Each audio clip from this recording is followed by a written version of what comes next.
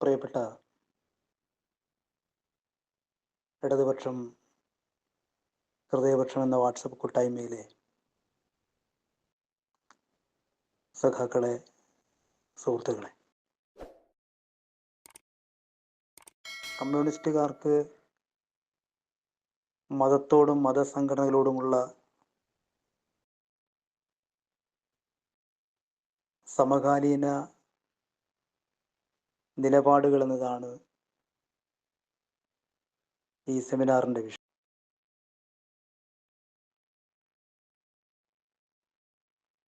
ഞാൻ ആമുഖമായി മതസംഘടനകളോടുള്ള പ്രത്യേകം നിലപാടുകൾക്ക് പകരം കമ്മ്യൂണിസ്റ്റുകാർക്ക് പൊതുവെ മതത്തോടുള്ള സാർവദേശീയ നിലപാട് ഇന്ത്യൻ സാഹചര്യത്തിൽ അതിൻ്റെ പ്രസക്തി വിശദീകരിക്കാൻ മാത്രമാണ് ശ്രമിക്കുന്നത്. കുറിച്ചുള്ള കമ്മ്യൂണിസ്റ്റുകാരുടെ നിലപാടിൻ്റെ പേരിൽ അഥവാ മതത്തിൻ്റെ പേരിൽ ഏറ്റവും കൂടുതൽ വിമർശിക്കപ്പെട്ടിട്ടുണ്ടാവുക കാറൽ മാർക്സും കമ്മ്യൂണിസ്റ്റുകാരുമാണ്. മതം മനുഷ്യനെ മയക്കുന്ന കറുപ്പാണ് എന്ന് മാർക്സ് മതത്തെ കുറ്റപ്പെടുത്തി എന്നതാണ് മാർക്സിസ്റ്റുകാരോടുള്ള സാർവദേശീയമായ ഒരു മതവിമർശനം. എന്നാൽ മതത്തെക്കുറിച്ച് മാർക്സിനെ പോലെ ഇത്ര കൃത്യമായി നിർവചിച്ച മറ്റൊരു ദാർശനികൻ ഈ ലോകത്തില്ല. മതത്തെക്കുറിച്ച് മാർക്സ് പറഞ്ഞ ആദ്യവാചകങ്ങളെ ബോധപൂർവം ഒഴിവാക്കുകയും അവസാന വാചകം മാത്രം ആവർത്തിക്കുകയുമാണ് ചിലപ്പോൾ കമ്മ്യൂണിസ്റ്റ് സഹയാത്രികരും കമ്മ്യൂണിസ്റ്റ് വിമർശകരും ലോകത്തിൻ്റെ എല്ലാ ഭാഗത്തും ചെയ്തുകൊണ്ടിരിക്കുകയും ചെയ്യുന്നത്. ഹെഗലിയൻ തത്വശാസ്ത്രത്തിൻ്റെ വിമർശനത്തിന് ഒരു സംഭാവന എന്ന തൻ്റെ വിഖ്യാതമായ പ്രബന്ധത്തിലാണ് 1843 മാർക്സ് മതത്തെക്കുറിച്ചുള്ള തൻ്റെ നിലപാട് പ്രഖ്യാപിക്കുന്നത്. മർദ്ദിതരുടെ നെടുവീർപ്പാണ് മതം, അത് ഹൃദയശൂന്യമായ ലോകത്തിൻ്റെ ഹൃദയമാണ്, ചൈതന്യരഹിതമായ അവസ്ഥയുടെ ചൈതന്യമാണത് എന്ന് പറഞ്ഞുകൊണ്ടാണ് അത് ജനങ്ങളെ മയക്കുന്ന കറുപ്പാണ് എന്നുകൂടി മാർക്സ് പറഞ്ഞു വെക്കുന്നത്. യഥാർത്ഥത്തിൽ നിസ്സഹായനായ മനുഷ്യൻ്റെ ആശ്രയ കേന്ദ്രമാണ് മതം എന്ന് തന്നെയാണ് മാർക്സ് പറഞ്ഞിട്ടുള്ളത്. ഹൃദയശൂന്യമായ ലോകത്തിൻ്റെ ഹൃദയമാണെന്നും മർദ്ദിതരുടെ നെടുവീർപ്പാണെന്നും ചൈതന്യരഹിതമായ അവസ്ഥയുടെ ചൈതന്യമാണ് എന്നും മതത്തെക്കുറിച്ച് വളരെ ഗംഭീരമായി പറഞ്ഞ് കൊണ്ടാണ്, എന്നാൽ അത്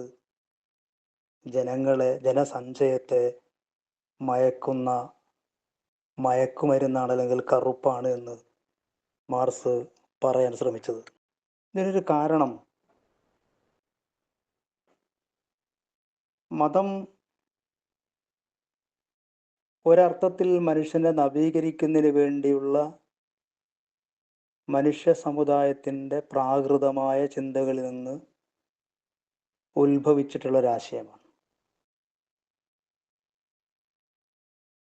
ദൈവമാണ് മതത്തിൻ്റെ അടിസ്ഥാന സങ്കല്പം. എല്ലാ കാരണവും ഒരു അപരനിൽ ആരോപിക്കുന്ന രീതിശാസ്ത്രമാണത്. ആദിമ മനുഷ്യൻ, പ്രാകൃതനായ മനുഷ്യൻ പ്രകൃതി പ്രതിഭാസങ്ങളെ ആരാധിക്കുകയാണ് ചെയ്തിരുന്നത്. കൊടുങ്കാറ്റിനെയും ഇടിമിന്നലിനെയും മഹാജലപ്രവാഹങ്ങളെയും പ്രകൃതിക്ഷോഭങ്ങളെയും എല്ലാം മനുഷ്യൻ ആരാധിക്കുകയാണ് ചെയ്തത്. ഇതിനെല്ലാം മുമ്പിൽ നിസ്സഹായനായി കൈകൂപ്പി നിൽക്കുകയായിരുന്നു ആദിമ മനുഷ്യൻ. ദൈവത്തിൽ അർപ്പിക്കുന്ന ഈ ഇഹലോകത്തെ എല്ലാ കാര്യങ്ങളും പരലോകത്തിന് വേണ്ടി ഭൂമിയിൽ നിന്ന് എഡിറ്റ് ചെയ്യുന്ന ഒരു രീതിയാണ് മതങ്ങൾക്ക്. എന്നാൽ മാർക്സ് മുന്നോട്ട് വെക്കുന്ന മാർക്സിസം, കമ്മ്യൂണിസം, സോഷ്യലിസം തുടങ്ങിയ ആശയങ്ങൾ മറ്റൊരു ലോകത്തേക്ക് വേണ്ടിയുള്ള നന്മയ്ക്ക് വേണ്ടി, മറ്റു ലോകത്ത് മരണത്തിന് ശേഷം സംഭവിക്കാൻ പോകുന്ന ഒരു നല്ല കാര്യത്തിന് വേണ്ടി ഇന്നേ കരുതലുണ്ടാവുക എന്ന രീതിയിലല്ല, ജീവിക്കുന്ന ഈ ലോകത്ത് തന്നെ സ്വർഗം പണിയുക എന്ന തത്വശാസ്ത്രപരമായ ഒരാശയത്തിന് പ്രായോഗികമായി എന്ത് ചെയ്യാൻ കഴിയും എന്ന അന്വേഷണമാണ് മാർക്സ് ഉടനീളം നടത്തിയിട്ടുള്ളത്.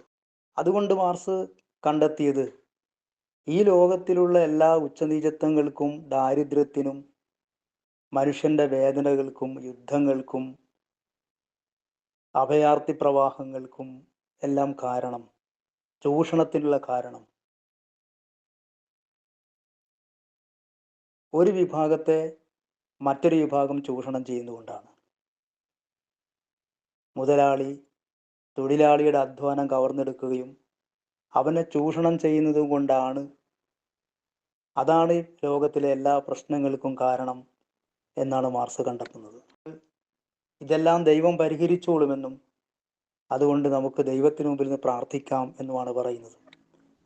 യഥാർത്ഥത്തിൽ മനുഷ്യന്റെ വിശ്വാസിയും അവിശ്വാസിയുമായ എല്ലാ മനുഷ്യരും അനുഭവിക്കുന്ന സകലമാന ചൂഷണങ്ങൾക്കും അടിസ്ഥാനം മുതലാളിത്തമാണെന്നും ആ മുതലാളിത്തത്തിനെതിരായ സമരത്തിലാണ് ചൂഷിതരായ മുഴുവൻ വിശ്വാസികളും അവിശ്വാസികളുമായ മുഴുവൻ മനുഷ്യരും അണിനിരക്കേണ്ടത് എന്ന മുദ്രാവാക്യമാണ് മാർക്സിൻ്റെത്. എന്നാൽ മതം മനുഷ്യരെയെല്ലാം അന്ധവിശ്വാസപരമായ നിലപാടുകളിലേക്ക് നയിക്കും എന്നതുകൊണ്ട് ചൂഷണത്തിനെതിരായ വർഗസമരത്തിൽ പങ്കെടുക്കേണ്ടുന്ന ആളുകളുടെ ഊർജ്ജസ്വലതയെ അത് കെടുത്തും എന്ന ഒരാശയത്തിൻ്റെ അടിസ്ഥാനത്തിൽ, എന്നൊരു അഭിപ്രായത്തിൻ്റെ അടിസ്ഥാനത്തിലാണ് മതം മനുഷ്യനെ മയക്കുന്ന കറുപ്പാണ് എന്ന് മാർക്സ് പറഞ്ഞത്.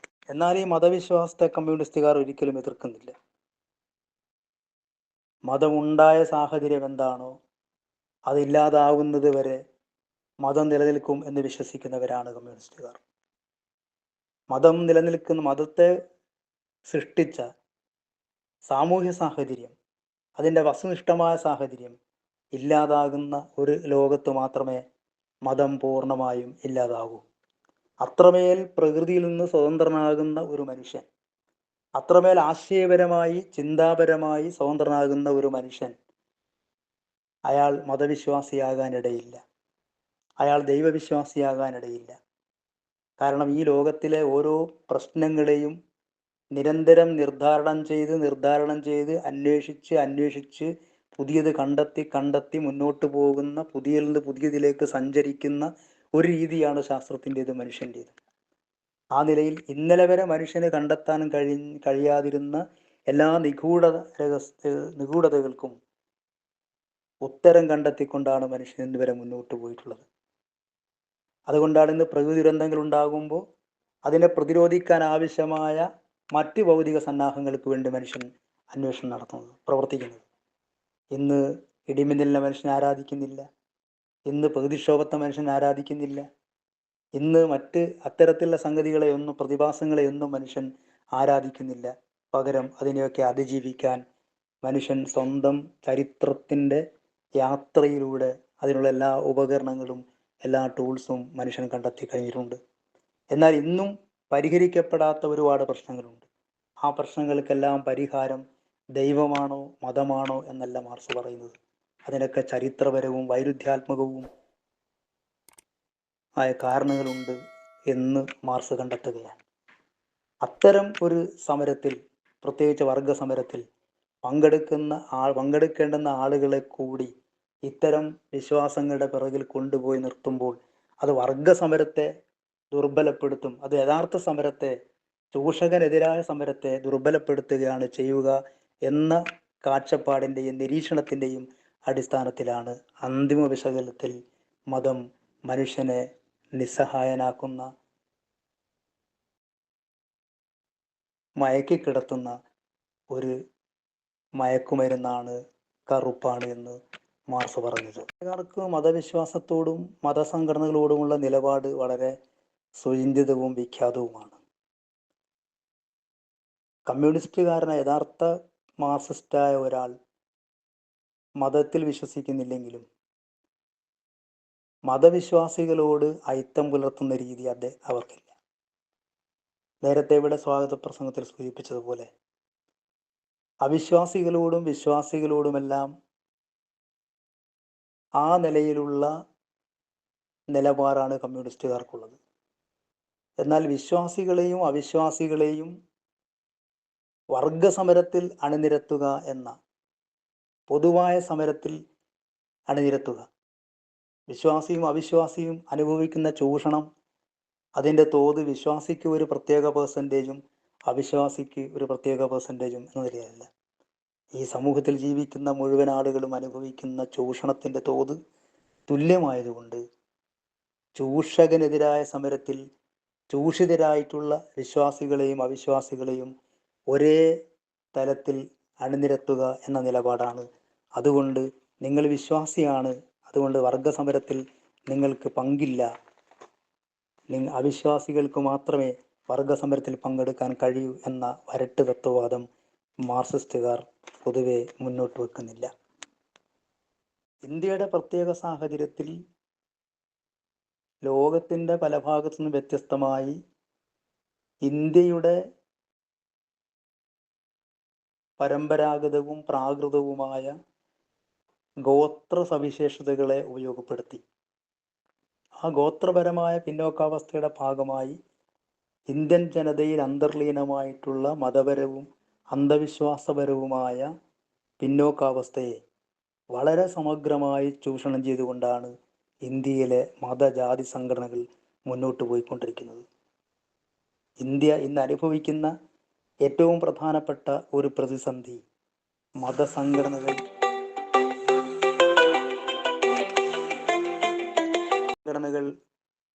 രാഷ്ട്രീയത്തിൽ ഇടപെടുന്നു എന്നുള്ളതാണ്.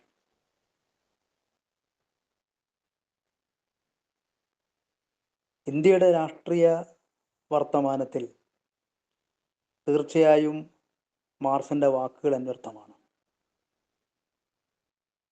ലോകത്തിൻ്റെ മറ്റൊരു ഭാഗത്തും ഇല്ലാത്ത രൂപത്തിൽ മതജാതി സംഘടനകൾ രാഷ്ട്രീയത്തിൽ ഇടപെടുകയും മതത്തെ ഉപയോഗിച്ച് രാഷ്ട്രീയ അധികാരം കൈയാളുകയും ചെയ്യുന്ന ഒരു സാഹചര്യത്തെയാണ് നമ്മൾ ഇന്ന് അഭിമുഖീകരിച്ചുകൊണ്ടിരിക്കുന്നത്.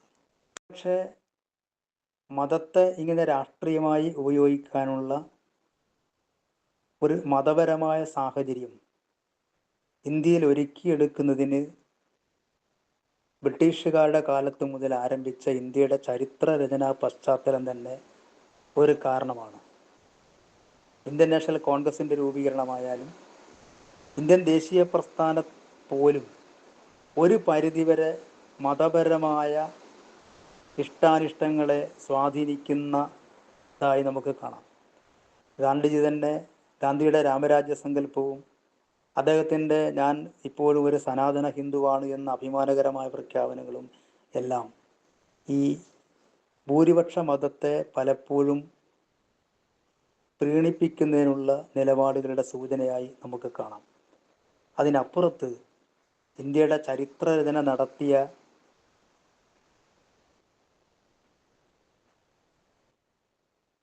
ആളുകൾ രൂപീകരിക്കപ്പെട്ട മതപരമായ ആശയങ്ങൾ ഇന്ത്യയുടെ എക്കാലത്തെയും വലിയ ശാപമായി തീർന്നിട്ടുണ്ട്.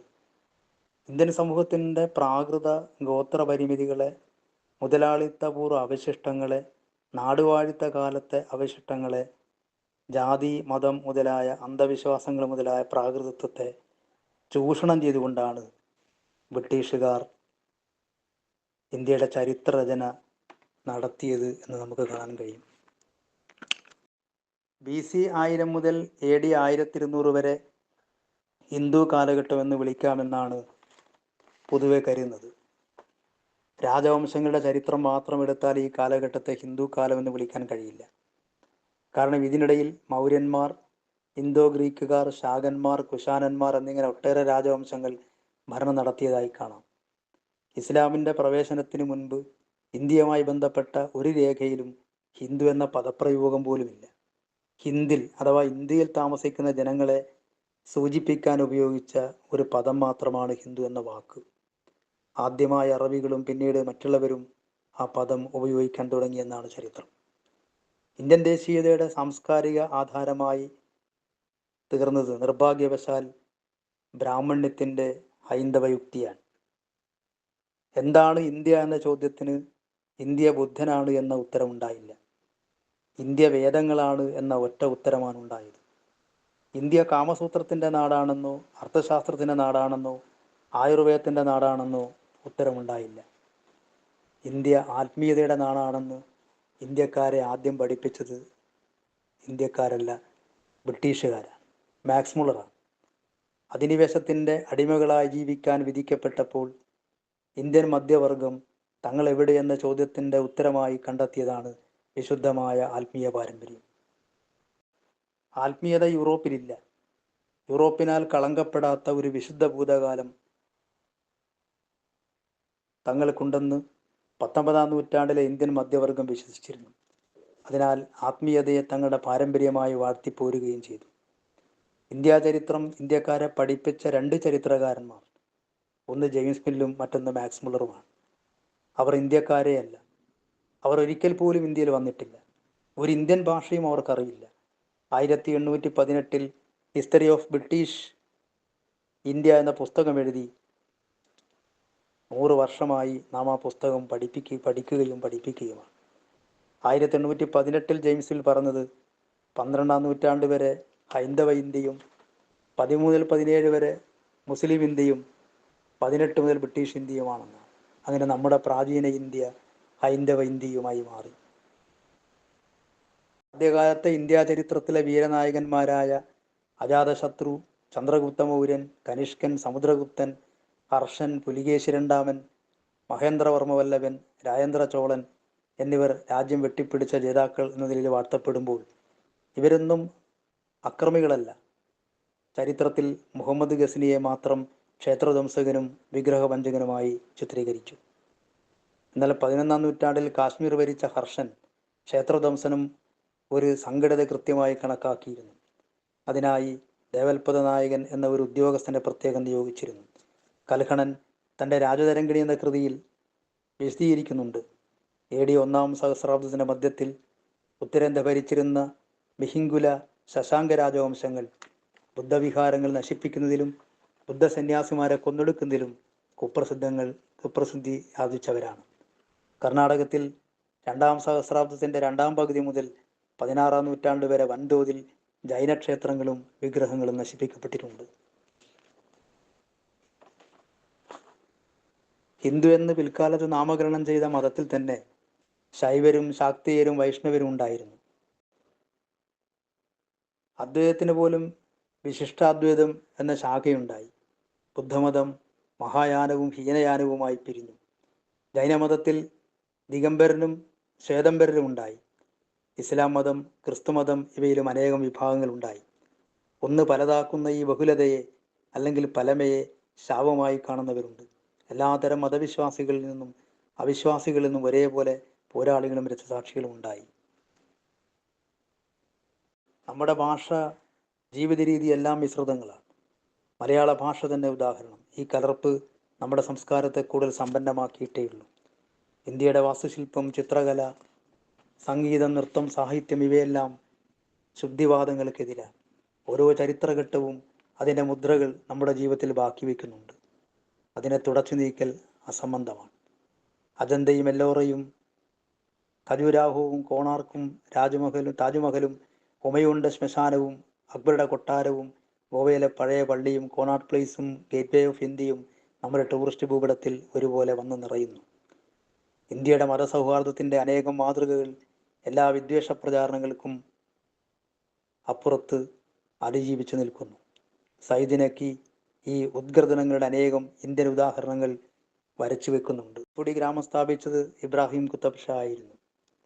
മൊയിനുദ്ദീൻ ചിസ്നിയുടെ അജ്മീർ ദർഗയും ഔറംഗാബാദിലെ ഷാ ഷെരീഫ് ദർഗയും ഷിർദി സായിയുടെ മന്ദിരവും ഹിന്ദുക്കൾക്കും മുസ്ലിങ്ങൾക്കും ഒരുപോലെ പുണ്യസ്ഥലങ്ങളാണ്. ജാട്ടുകൾ ദുർഗാരാധരായ മുസ്ലിങ്ങളാണ്. ഇങ്ങനെ വൈവിധ്യമാർന്ന ഇന്ത്യൻ അവസ്ഥയെക്കുറിച്ച് നമുക്ക് ചരിത്രത്തിൽ വായിച്ചെടുക്കാൻ കഴിയും. വർഗീയവൽക്കരണത്തിൻ്റെ അപകടകരമായ ബ്രിട്ടീഷ് ഇടപെടലിൻ്റെ ചരിത്രത്തിൽ എത്രയോ തെളിവുകൾ നമുക്ക് കാണാൻ കഴിയും. ബ്രിട്ടൻ്റെ ഇന്ത്യൻ സ്റ്റേറ്റ് സെക്രട്ടറി ആയിരുന്ന മിസ്റ്റർ വുഡ് ഇന്ത്യയിലെ വൈസ്രോയി ആയിരുന്ന എൽഗിൻ പ്രഭുവിനെ അയച്ച കത്തിപ്രകാരമായിരുന്നു. ഒരു വിഭാഗത്തെ മറ്റൊരു വിഭാഗത്തിന് തിരിച്ചുവിട്ടുകൊണ്ടാണ് ഇന്ത്യയിൽ നമ്മുടെ അധികാരം നാം നിലനിർത്തുന്നത്. ഈ നിലപാട് തുടരുകയും സാധ്യമായതൊക്കെ അതിനുവേണ്ടി ചെയ്യുകയും വേണം. ഒരു പൊതുവികാരം രൂപപ്പെട്ടു വരാതിരിക്കാൻ നോക്കണം. മറ്റൊരു സെക്രട്ടറി ആയിരുന്ന ജോർജ് ഫ്രാൻസിസ് ഹാമിൽട്ടൺ അന്നത്തെ വൈസ്രോയി കഴ്സൺ പ്രഭുവിനെ അയച്ച കത്ത് നമ്മുടെ ഭരണത്തിനെതിരെയുള്ള യഥാർത്ഥ ഭീഷണി ഇപ്പോഴല്ല, 50 കൊല്ലം കഴിഞ്ഞാണ് ഉണ്ടാവുക. അപ്പോഴേക്കും ഇന്ത്യയിലെ വിദ്യാസമ്പന്നരായ ആളുകളെ വ്യത്യസ്ത നിലപാടുകൾ പുലർത്തുന്നവരായി വേർതിരിക്കാൻ നമുക്ക് സാധിക്കണം. അങ്ങനെ മാത്രമേ നമ്മുടെ നിലനിൽപ്പ് ഭദ്രമാക്കാൻ പറ്റുകയുള്ളൂ. സമുദായങ്ങൾ തമ്മിലുള്ള ഭിന്നത കൂടുതൽ ശക്തിപ്പെടുത്തുന്നതിന് ആവശ്യമായ വിധത്തിൽ പാഠപുസ്തകങ്ങളെ ക്രമപ്പെടുത്തണം. ഇങ്ങനെ അക്കാലത്തെ ബ്രിട്ടീഷുകാരുടെ എഴുത്തുകുത്തുകൾ ഇന്ത്യ ചരിത്രത്തെ വർഗീയവൽക്കരിക്കുന്നതിന് വേണ്ടി അവർ ബോധപൂർവം നടത്തിയ ഒരുപാട് ശ്രമങ്ങൾക്ക് ഉദാഹരണമാണ്. അങ്ങനെയാണ് ഇന്ത്യൻ ജനതയെ ഹിന്ദു മുസ്ലിം എന്ന് തരംതിരിച്ച് മതം രാഷ്ട്രീയത്തിൽ ഇടപെടുന്നതിന് ഉപയുക്തമായ ഒരു മാനസിക സാഹചര്യം ഇന്ത്യയിൽ ഉണ്ടാക്കി വെക്കുന്നത്. അത് ചരിത്രപരമായിരുന്നുവെന്ന് തിരിച്ചറിയാൻ നമുക്ക് കഴിയേണ്ടതുണ്ട്. കമ്മ്യൂണിസ്റ്റുകാർ മതത്തെ രാഷ്ട്രീയത്തിൽ ഉപയോഗിക്കുന്നതിന് എല്ലാ കാലത്തും എതിരാണ്. ആരുടെയും മതവിശ്വാസത്തെ ചോദ്യം ചെയ്യാൻ കമ്മ്യൂണിസ്റ്റുകാർ ആഗ്രഹിക്കുന്നില്ല. എല്ലാ മതവിശ്വാസികളെയും സൗഹാർദ്ദപൂർണമായി കാണുകയും വിശ്വാസികളായ ആളുകളെ അടക്കം വർഗസമരത്തിൽ ഒന്നിപ്പിക്കുകയും ചെയ്യുക എന്നതാണ് കമ്മ്യൂണിസ്റ്റുകാർ ലക്ഷ്യമിടുന്നത്. ഇന്ത്യയിൽ കമ്മ്യൂണിസ്റ്റ് പാർട്ടികൾ മുന്നോട്ട് വെക്കുന്ന ജനകീയ ജനാധിപത്യ വിപ്ലവത്തിൻ്റെ സഖ്യശക്തികളായി ഇന്ത്യയിലെ കൃഷിക്കാരെയും കർഷകരെയും കർഷക തൊഴിലാളികളെയും വിദ്യാർത്ഥികളെയും ഇടത്തരക്കാരെയും എല്ലാവരെയുമാണ് അഭിസംബോധന ചെയ്യുന്നത്. അതല്ലാതെ വിശ്വാസികളായ ഇടത്തരക്കാരെയും വിശ്വാസികളല്ലാത്ത തൊഴിലാളികളെയും വിശ്വാസികളല്ലാത്ത ബഹുജനങ്ങളെയും അല്ല അഭിസംബോധന ചെയ്യുന്നത്. മറിച്ച് വിശ്വാസികളും അവിശ്വാസികളുമായ മുഴുവൻ ചൂഷിതരായ ആളുകളെയും ഒരുപോലെ അഭിസംബോധന ചെയ്യുകയാണ് വിപ്ലവത്തെക്കുറിച്ച് സംസാരിക്കുന്ന എല്ലാ കമ്മ്യൂണിസ്റ്റുകാരും ലോകത്തെമ്പാടും ചെയ്തുകൊണ്ടിരിക്കുന്നത്. ഇന്ത്യയിൽ ഹിന്ദുരാഷ്ട്രം സ്ഥാപിക്കുന്നതിനുള്ള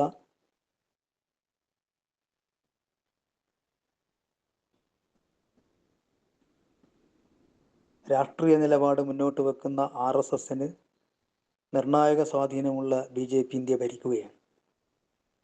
1925 രൂപീകരിച്ച RSS അതിൻ്റെ 100ാം വാർഷികം ആഘോഷിക്കാൻ പോവുകയാണ്.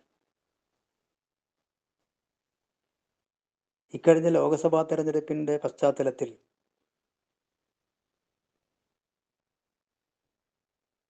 കേരളത്തിലെ മതസംഘടനകളുടെ സ്വാധീനത്തെ പരിശോധിച്ചാൽ മതപരമായ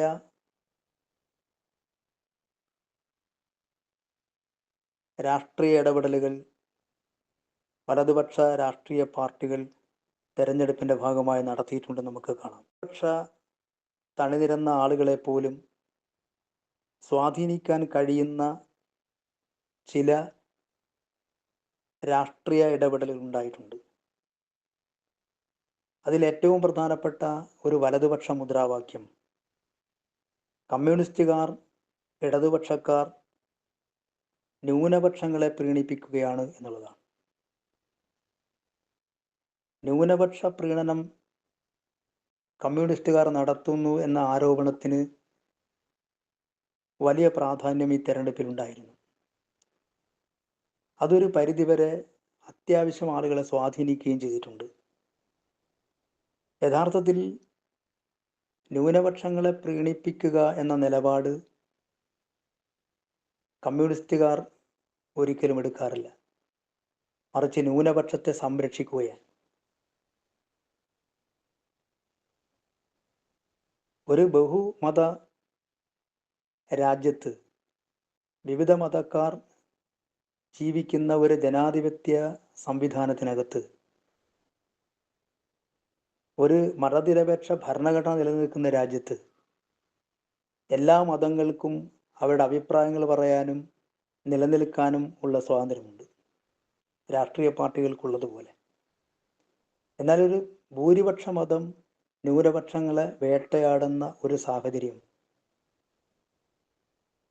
ഒരു ജനാധിപത്യ രാജ്യത്ത് ഒരിക്കലും അംഗീകരിക്കാൻ കഴിയാത്തതാണ്. ന്യൂനപക്ഷങ്ങളെ വേട്ടയാടുന്ന സന്ദർഭങ്ങളിലെല്ലാം, അത് പലസ്തീനിലായാലും ലോകത്തിൻ്റെ ഏതു ഭാഗത്തായാലും, പീഡിതരായിട്ടുള്ള ന്യൂനപക്ഷങ്ങളെ, അവശരായിട്ടുള്ള ആളുകൾ പീഡിപ്പിക്കപ്പെടുമ്പോഴെല്ലാം അവരെ ചേർത്ത് പിടിക്കുക എന്നത് ഇടതുപക്ഷത്തിൻ്റെ വർഗനയത്തിൻ്റെ ഭാഗമാണ്. ഇന്ത്യയിലെ ക്രിസ്ത്യാനികളെയും മുസ്ലിങ്ങളെയും ന്യൂനപക്ഷ മതവിഭാഗങ്ങളെയും ഭൂരിപക്ഷ മതങ്ങളുടെ പീഡനങ്ങളിൽ നിന്ന് സംരക്ഷിച്ചു നിർത്തുകയും ജനാധിപത്യപരമായ പൗരാവകാശം അവർക്ക് കൂടി ബാധകമാണ് എന്ന് പറയുകയും ചെയ്യേണ്ടത് എല്ലാ കാലത്തും കമ്മ്യൂണിസ്റ്റുകാരുടെ നിലപാടിൻ്റെ ഭാഗമാണ്, വർഗപരമായ ഉത്തരവാദിത്തത്തിൻ്റെ ഭാഗമാണ്. തീർച്ചയായും ഇന്ത്യയിലും ന്യൂനപക്ഷങ്ങളെ പ്രീണിപ്പിക്കുകയല്ല, മറിച്ച് ന്യൂനപക്ഷങ്ങളെ സംരക്ഷിക്കുക എന്ന ഉത്തരവാദിത്തമാണ് ഇടതുപക്ഷം മുന്നോട്ട് വെച്ചിട്ടുള്ളത്. ഒരു ഭരണകൂടം തന്നെ രാഷ്ട്രീയമായും എല്ലാ സ്വാധീനവും ഉപയോഗപ്പെടുത്തി ഭരണകൂടത്തിൻ്റെ മുഴുവൻ ഭീകരതയും ഉപയോഗിച്ച് ഒരു പ്രത്യേക മതവിഭാഗത്തെ വേട്ടയാടുകയും അട്ടിയോടിപ്പിക്കുകയും ചെയ്യുക സാഹചര്യത്തിൽ അത് കണ്ടില്ല എന്ന് നടിക്കാൻ ഇടതുപക്ഷക്കാർക്കോ കമ്മ്യൂണിസ്റ്റുകാർക്കോ കഴിയില്ല. അതുകൊണ്ട് ഈ തെരഞ്ഞെടുപ്പിൽ പോലും കമ്മ്യൂണിസ്റ്റുകാർക്കെതിരായി ഉയർത്തിവിട്ട ഒരു വലതുപക്ഷ ആരോപണം, ഇവർ ഇടതുപക്ഷക്കാർ ന്യൂനപക്ഷങ്ങളെ പ്രീണിപ്പിക്കുന്നതാണ്. എന്നാൽ യഥാർത്ഥത്തിൽ ന്യൂനപക്ഷങ്ങളെ പ്രീണിപ്പിക്കുകയല്ല, ലോകത്തെല്ലായിടത്തും കമ്മ്യൂണിസ്റ്റുകാർ ന്യൂനപക്ഷങ്ങളെ ചേർത്ത് നിർത്തുകയോ സംരക്ഷിക്കുകയോ ചെയ്യുന്ന നിലപാടാണ് സ്വീകരിച്ചു പോന്നിട്ടുള്ളത്. അഭിപ്രായത്തിൻ്റെ ഭാഗമായി ഇടതുപക്ഷത്ത് അണിനിരത്തിലുള്ള ഹിന്ദു ജനവിശ്വാസികളായ ആളുകളിൽ തങ്ങളുടെ വർഗപരമായ സ്വത്വബോധത്തിന് പകരം തങ്ങളുടെ ഹിന്ദു സ്വത്വബോധം ഉണർന്നു പോയിട്ടുണ്ടോ എന്നത് ആത്മപരിശോധന കൂടി നടത്തേണ്ട ഒരു സന്ദർഭമാണ് ഇത് എന്നെനിക്ക് തോന്നുന്നു. ഇപ്പോൾ ഏക സിവിൽ കോഡ് ഈ സ്വാതന്ത്ര്യദിനത്തിൽ വീണ്ടും ഇന്ത്യൻ പ്രധാനമന്ത്രി പ്രഖ്യാപിച്ചിരിക്കുകയാണ്. അതിൻ്റെ കൂടെ RSS സൈനികർക്ക് കൂടി അംഗങ്ങളാകാം എന്ന പ്രഖ്യാപനം കൂടി വന്നിട്ടുണ്ട്. ഇതെല്ലാം ചേർത്ത് വായിക്കുമ്പോൾ ന്യൂനപക്ഷങ്ങൾ കൂടുതൽ ശക്തമായി വേട്ടയാടപ്പെടാൻ പോകുന്നു എന്നതിൻ്റെ സൂചനയായി നമുക്ക് കാണാൻ കഴിയും. ഒരു കാര്യം ഒന്നുകൂടി ഞാൻ ഉറപ്പിച്ചു പറയാൻ ആഗ്രഹിക്കുന്നു. മതവിശ്വാസത്തിൻ്റെ പേരിൽ വർഗസമരത്തിൽ നിന്ന് ആരെയും അകറ്റി നിർത്തുന്ന നിലപാട് കമ്മ്യൂണിസ്റ്റുകാർക്കില്ല. മതം മനുഷ്യനെ മയക്കിക്കിടത്തുന്ന പ്രതിഭാസമാണ് എന്ന് പറയുമ്പോൾ തന്നെ മതവിശ്വാസികളായ ആളുകളെ ഉൾപ്പെടുന്ന ചൂഷിതരായിട്ടുള്ള മുഴുവൻ ജനങ്ങളെയും, മുഴുവൻ ജനസഞ്ചയത്തെയും ചൂഷകനെതിരായ സമരത്തിൽ, ഭരണകൂടത്തിനെതിരായ സമരത്തിൽ തൊഴിലാളി വർഗത്തിൻ്റെ കൂടെ അണിചേർക്കുക എന്ന നിലപാടാണ് കമ്മ്യൂണിസ്റ്റുകാർ ലോകത്തിൻ്റെ എല്ലാ മനുഷ്യനുള്ളയിടത്തെല്ലാം സ്വീകരിച്ചു പോരുന്നത് എന്ന കാര്യത്തിൽ യാതൊരു തർക്കവുമില്ല. ഇന്ത്യയിലും കേരളത്തിലും ഇടതുപക്ഷവും കമ്മ്യൂണിസ്റ്റുകാരും വിശ്വാസത്തിൻ്റെ പേരിൽ ഒരാളെയും അകറ്റി നിർത്തുന്നില്ല. വിശ്വാസികളെയും അവിശ്വാസികളെയും യുക്തിവാദികളെയും എല്ലാവരെയും ചേർത്ത് പിടിച്ചുകൊണ്ട് വർഗസമരത്തിൻ്റെ ആത്മനിഷ്ഠമായ സാഹചര്യത്തിൽ അവരെ കൂടി ഉൾപ്പെടുത്തുക എന്ന നിലപാടാണ് കമ്മ്യൂണിസ്റ്റുകാർ സ്വീകരിച്ചു പോരുന്നത് എന്ന കാര്യത്തിൽ യാതൊരു തർക്കവുമില്ല. കുറിച്ചും അതിൻ്റെ രാഷ്ട്രീയ സ്വാധീനത്തെക്കുറിച്ചും അധികാരത്തിന് വേണ്ടി മതത്തെ ദുരുപയോഗം ചെയ്യുന്നതിൻ്റെയും ഒക്കെ ഒരു പൊതു പശ്ചാത്തലത്തിൽ ശ്രീനാരായണ ഗുരുവിൻ്റെ അരിയപ്പുറം സർവമത സമ്മേളനത്തിൻ്റെ 100-ാം വാർഷികം ആഘോഷിക്കുന്ന ഈ വർഷവും ഈ സന്ദർഭവും ഏറെ പ്രസക്തമാണെന്ന് കൂടി ഞാൻ വിചാരിച്ചു. അരിയപ്പുറത്ത് ശ്രീനാരായണ ഗുരു വിളിച്ചു ചേർത്ത സർവമത സമ്മേളനത്തിൻ്റെ 100-ാം വാർഷികം ഇപ്പോൾ ആഘോഷിക്കുകയാണ്. ആ സമ്മേളനത്തിൽ സ്വാഗതം ആശംസിച്ച സ്വാമി സത്യവ്രതൻ ഒരു ജാതി, ഒരു മതം, ഒരു ദൈവം എന്ന ശ്രീനാരായണ ഗുരുവിൻ്റെ പ്രഖ്യാപനത്തെക്കുറിച്ച് സ്വാഗത പ്രസംഗത്തിൽ ഇങ്ങനെ പറയുന്നുണ്ട്: ഒരു ജാതി, ഒരു മതം, ഒരു ദൈവം എന്ന് ഗുരുദേവൻ അരുളി ചെയ്തിട്ടുള്ള ധർമ്മോപദേശത്തെ സ്വശിഷ്യന്മാർ ഇപ്പോൾ മുദ്രാവാക്യമായി സ്വീകരിക്കുകയും ചെയ്തിരിക്കുന്നു. രാഷ്ട്രം, ഭാഷ മുതലായ ഭേദങ്ങൾ നിമിത്തം സാഹോദര്യവും സമുദായ ബന്ധവും ശിഥിലമായിരിക്കുന്ന ആധുനിക ലോകം സനാതനമായ ഈ ധർമ്മോപദേശത്തെ ഇന്നോ നാളെയോ ഇനി ഒരു നൂറ്റാണ്ട് കഴിഞ്ഞിട്ടോ 1000 ആണ്ട് കഴിഞ്ഞിട്ടോ സ്വീകരിക്കുന്നെന്ന് നിശ്ചയമില്ലെങ്കിലും ജാതിഭേദം നിമിത്തമായ അസ്വസ്ഥതയുടെ ശമനം ഈ ഉപദേശ സ്വീകരണത്താലല്ലാതെ ലോകത്തിൽ സംഭവിക്കുകയില്ലെന്നുള്ളത് നിർവിവാദം തന്നെയാണെന്ന് ആലോചനാബുദ്ധിയുള്ള ആർക്കും അനായാസേന ഗ്രഹിക്കാവുന്നതാകുന്നു. വർഷം മുമ്പ് നടത്തിയ ഒരു സ്വാഗത പ്രസംഗത്തിലെ പ്രസക്ത ഭാഗമാണ് ഞാൻ ഉദ്ധരിച്ചത്. ഈ ധർമ്മോപദേശത്തെ ഇന്നോ നാളെയോ ഇനി ഒരു നൂറ്റാണ്ട് കഴിഞ്ഞിട്ടോ 1000 ആണ്ട് കഴിഞ്ഞിട്ടോ സ്വീകരിക്കും നിശ്ചയമില്ലെങ്കിലും ഇത് സ്വീകരിക്കാതെ ഈ ലോകത്തിൻ്റെ അസ്വസ്ഥതകൾ ഒരു കാലത്തും അവസാനിക്കുകയില്ല എന്ന് 100 വർഷം മുമ്പ് ശ്രീനാരായണ ഗുരുവിൻ്റെ സാന്നിധ്യത്തിൽ സർവമത സമ്മേളനത്തിൽ സ്വാമി സത്യവ്രതൻ പ്രഖ്യാപിക്കുന്നത് കേരളത്തിൻ്റെ വർത്തമാനകാല സാഹചര്യം വളരെ ഗൗരവമായ ആലോചനയ്ക്ക് പുനർവിചിന്തനത്തിന് വിധേയമാക്കേണ്ടതുണ്ട് എന്നുകൂടി പറഞ്ഞുകൊണ്ട് കമ്മ്യൂണിസ്റ്റുകാർ ഒരിക്കലും മതവിശ്വാസികൾക്കെതിരില്ലെന്നും മതവിശ്വാസികളെ കൂടി ഉൾപ്പെടുന്ന വർഗസമരത്തിൻ്റെ പാതയിൽ അവരെ കൂടി അണിനിരത്തുന്ന ശ്രമകരമായ ജോലിയാണ് ജനാധിപത്യപരമായി ഈ രാജ്യത്തും കേരളത്തിലും കമ്മ്യൂണിസ്റ്റുകാർ ചെയ്തു പോരുന്നത് എന്ന് മാത്രം സൂചിപ്പിച്ചുകൊണ്ട് ഞാൻ എൻ്റെ വാക്കുകൾ ഉപസംഹരിക്കുന്നു. അഭിവാദ്യങ്ങൾ.